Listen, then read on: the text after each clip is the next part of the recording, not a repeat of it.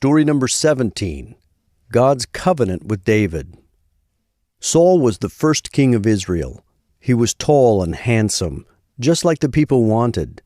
Saul was a good king for the first few years that he ruled over Israel, but then he became a wicked man who did not obey God.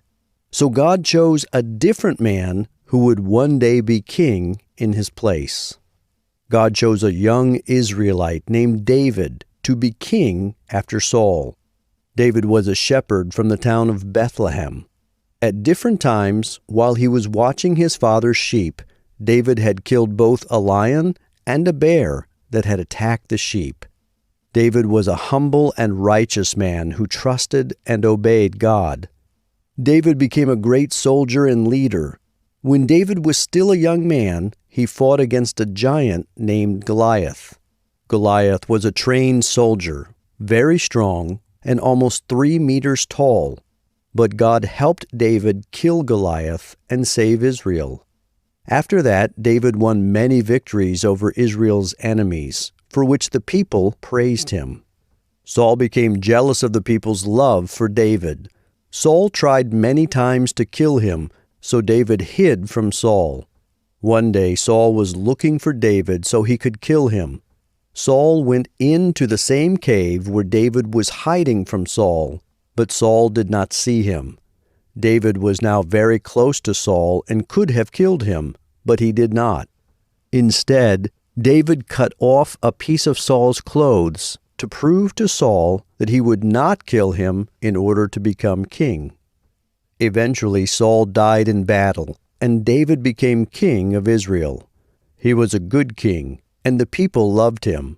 God blessed David and made him successful. David fought many battles, and God helped him defeat Israel's enemies. David conquered Jerusalem and made it his capital city. During David's reign, Israel became powerful and wealthy. David wanted to build a temple where all the Israelites could worship God and offer him sacrifices. For about 400 years, the people had been worshiping God and offering sacrifices to him at the tent of meeting that Moses had built. But God sent the prophet Nathan to David with this message: "Because you are a man of war, you will not build this temple for me. Your son will build it. But I will bless you greatly. One of your descendants will rule as king over my people forever." The only descendant of David who could rule forever was the Messiah. The Messiah was God's chosen one, who would save the people of the world from their sin.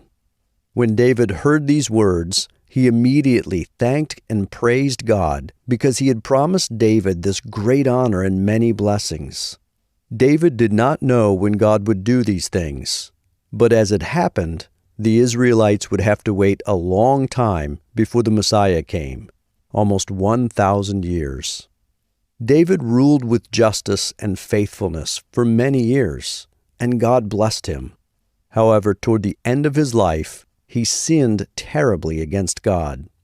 One day, when all of David's soldiers were away from home fighting battles, he looked out from his palace and saw a beautiful woman bathing. Her name was Bathsheba. Instead of looking away, David sent someone to bring her to him. He slept with her and sent her back home.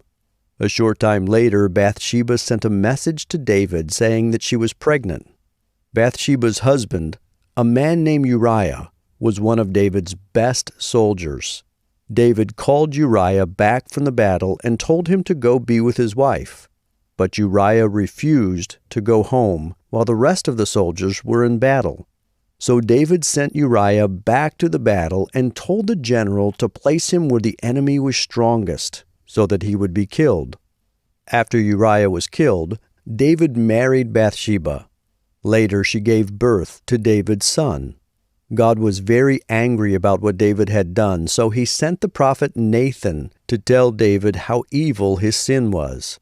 David repented of his sin, and God forgave him. For the rest of his life, David followed and obeyed God, even in difficult times. But as punishment for David's sin, his baby boy died. There was also fighting in David's family for the rest of his life, and David's power was greatly weakened. Though David had been unfaithful to God, God was still faithful to his promises. Later, David and Bathsheba had another son, and they named him Solomon.